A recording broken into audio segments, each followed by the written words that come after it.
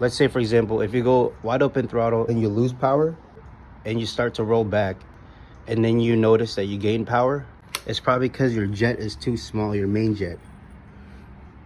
So buy yourself one of these. Got these off of Amazon. These are main jets. This is also a Vm22. Well, first thing you do is turn off the fuel. Put it in the off position. I already started taking off the screws, but it's 4 screws for the float. So one right there, right there, right there, and right here. And this float bowl should come off. And when you do take it off, you will have fuel in here, so just make sure to take it off like slowly, or else otherwise you're gonna have fuel spilling all over your place. And then once you do that, you'll find this, it'll be screwed in right here.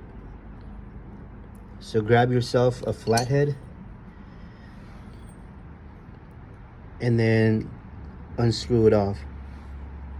And then once you do have it off, you will have this piece come along with it. It will come off as one piece. I just have it holding it in place, so when I screw off this, I just want this piece. I just want to replace that.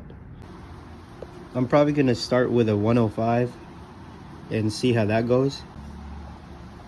So I ended up going with a 105 main jet, and I kept the pilot jet stock. So whatever that came with the carb, I just stuck with it.